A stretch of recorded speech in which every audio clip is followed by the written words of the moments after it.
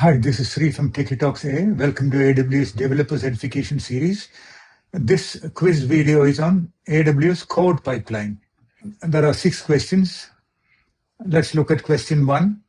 A release process requires a human reviewer to approve a new build before it's deployed to production. The approval should be part of the automated pipeline and block further stages until granted. What is the best way to implement this? Add a manual approval action in CodePipeline. The pipeline pauses at that stage and resumes only when an approver confirms via the console or SNS notification.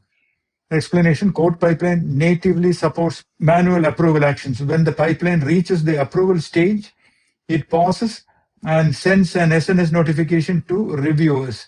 Deployment only continues after an authorized user approves in the console, CLI, or SDK.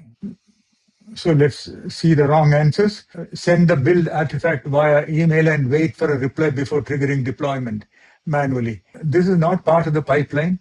The email may contain the artifact, but CodePipeline has no reliable automated way to understand whether a human replied approved, whether the right person replied, or whether that approval belongs to the correct build version. It also creates manual work. Someone must read the email and manually start deployment. So email approval is outside continuous integration and continuous deployment or delivery. The pipeline cannot safely pause, verify approval, and resume automatically. Next wrong answer: use a CloudWatch events rule to detect build completion and then require manual CLI confirmation. CloudWatch events is now part of Amazon EventBridge, and it can detect events, but detecting that a build completed is not the same as creating a human approval gate. You would have to build custom logic permissions, notifications, and a manual CLI process. CodePipeline already provides a native approval mechanism. So EventBridge can detect an event, but manual approval is the built-in pipeline gate. Do not build a custom approval system when CodePipeline already has one. Next wrong answer: configure CodeBuild to wait for an SNS message before proceeding to the deploy stage. CodeBuild is for compiling, testing, and packaging and running commands. It should not sit and wait for a human response. Keeping a build container running while waiting for approval wastes build time and money. More importantly, CodeBuild does not control the movement from one pipeline stage to the next. CodePipeline does. So CodeBuild does the work, pipeline controls the workflow. Human approval belongs to CodePipeline, not inside a running build container. Question 2, a team uses CodePipeline with CodeCommit as source and CodeDeploy for deployment. They want unit tests to run automatically as a part of the pipeline after each commit. Which stage type and service should they add? It should be self-explanatory. Add a build stage using CodeBuild with a buildspec.yml that runs the unit tests. Explanation: a build stage in CodePipeline executes the buildspec.yml, which can install dependencies, run unit tests, and fail the build if tests fail, blocking promotion to the next stage. This is the standard CI pattern.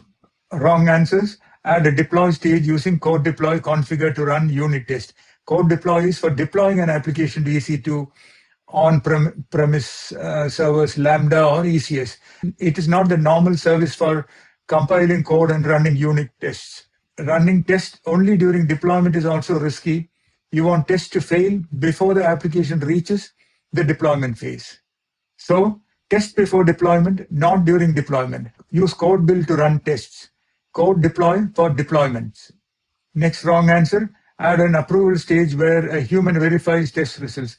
Manual approval is useful after automated tests pass, especially before production deployment, but a human should not manually run or inspect every unit test after every commit.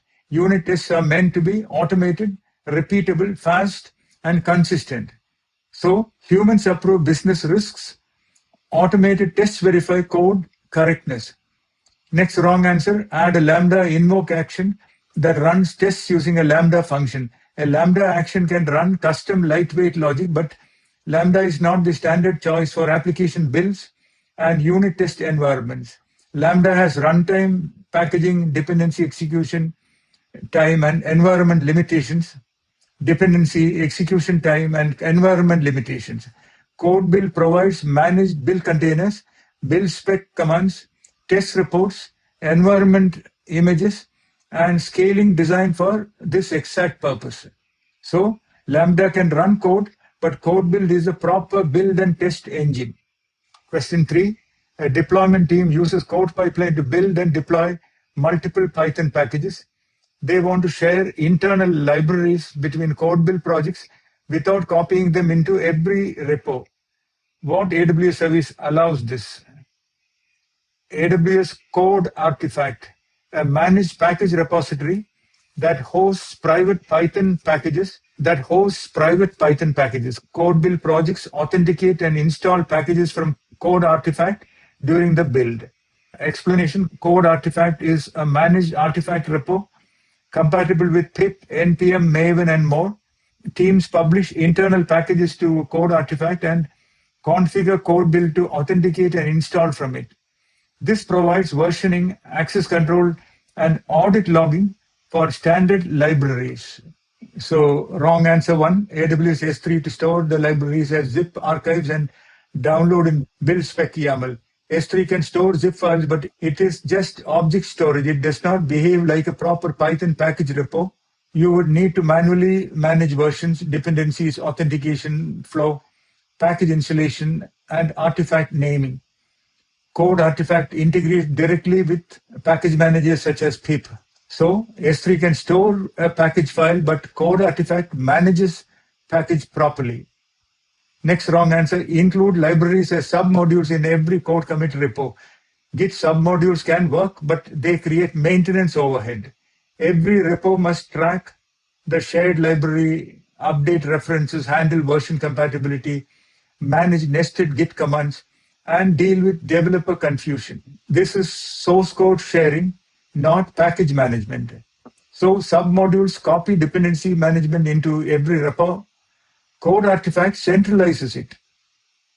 Next wrong answer, use a shared EFS volume mounted to all CodeBuild projects. EFS is a network file system, not a Python package repo. Also, CodeBuild environments are temporary. Mounting EFS requires VPC configuration, security groups, mount targets, and more operational complexity. Even after mounting it, you still do not get normal package versioning and pip repository behavior. So EFS shares files, CodeArtifact shares version software packages.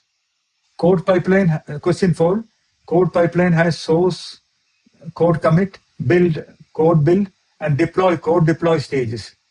CodeBuild stage fails because a dependency package is not available. The developer fixes the build spec YAML. How does the developer rerun the fail stage without re-triggering a new commit? In the CodePipeline console, use the retry action on the fail build stage. It reruns only the fail stage with the same source artifact. We have done this in our video. Okay. Explanation: CodePipeline's retry action re-executes only the failed stage using the same input artifact. There is no need to trigger a new pipeline execution from source, saving time during iterative debugging of build issues. First wrong answer, push an empty commit to CodeCommit to re-trigger the pipeline. An empty commit creates an unnecessary new source revision just to rerun a build that pollutes Git history and restarts the pipeline from the source stage. It is not the cleanest way to retry a transient failure. So do not create fake commits just to retry a failed build. Next wrong answer, delete the pipeline and recreate it with the correct build spec YAML. Deleting a pipeline is extreme and unnecessary. You lose pipeline configuration, execution history, permissions, relationships, and potentially production controls. A build failure should be fixed through source changes, build project configuration, or retrying the fail stage. Never delete the entire pipeline because one build failed.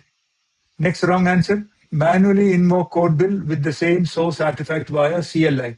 You can manually start CodeBuild, but then you bypass CodePipeline workflow. The pipeline may not record the result correctly, and Later stages such as approval and deployment do not automatically continue from that manually started build. So starting code build alone is not the same as continuing the pipeline. An important real-world correction, this question has one hidden issue.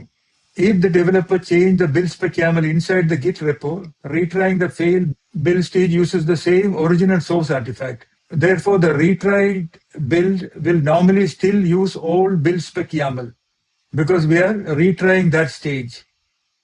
So in real life, use retry when the failure was temporary and same code should be used and the same code should succeed. That push the corrected buildspec.yml and let the pipeline run again when buildspec changes, when buildspec change is part of the source repo. Retry can still make sense if buildspec is configured outside the repo in the code build project configuration and that configuration was corrected. So for the exam, choose retry, but in real projects, retrying does not magically include an uncommitted or newer version of build spec if that build spec comes from the repo.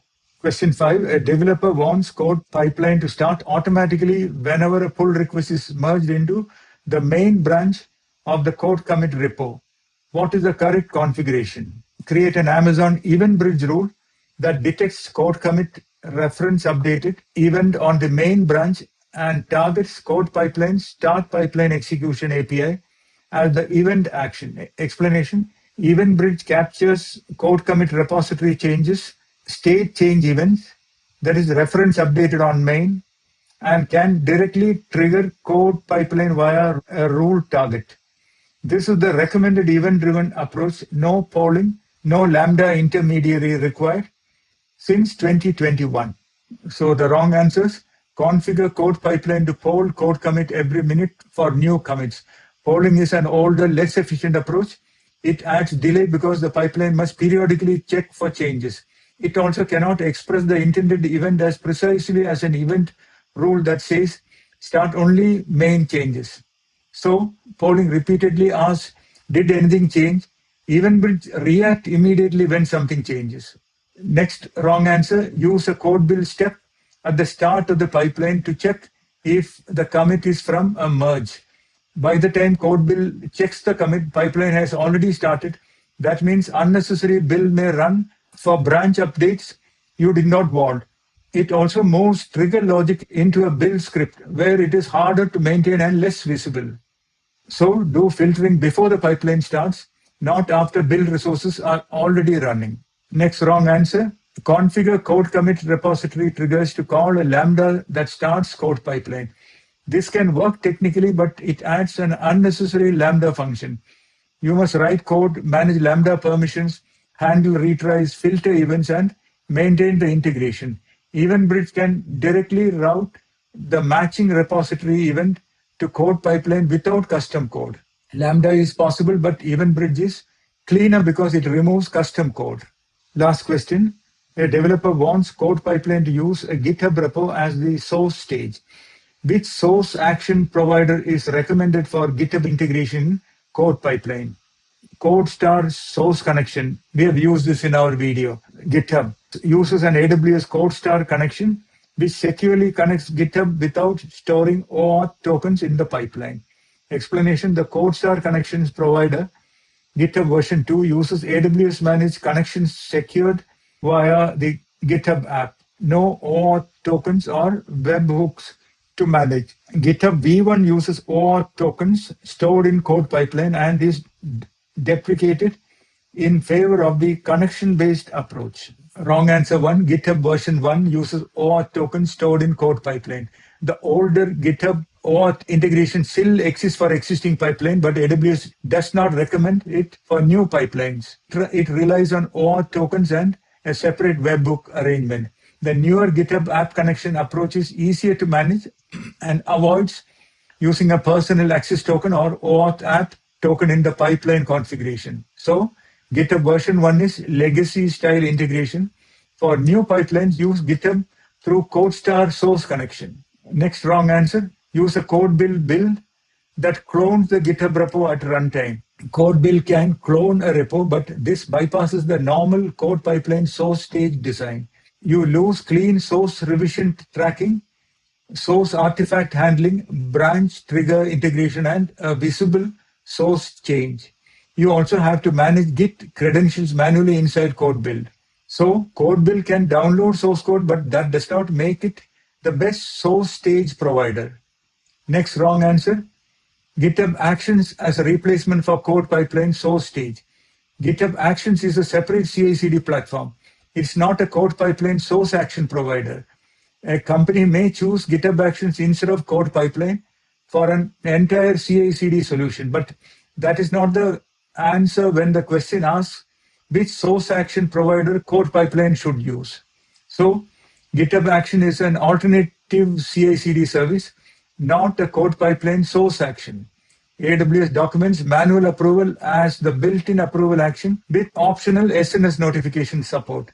CodeBuild is a native code pipeline action for builds and tests with commands run from a build spec. CodeArtifact is the managed repository option for internal Python packages used for CodeBuild.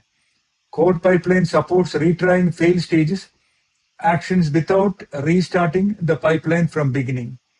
For GitHub, AWS recommends the GitHub app CodeStar source connection approach over older OAuth-based connection. So that is it for this video. Thank you for your time. Please remember to like, share, and subscribe. See you in the next video. Bye-bye.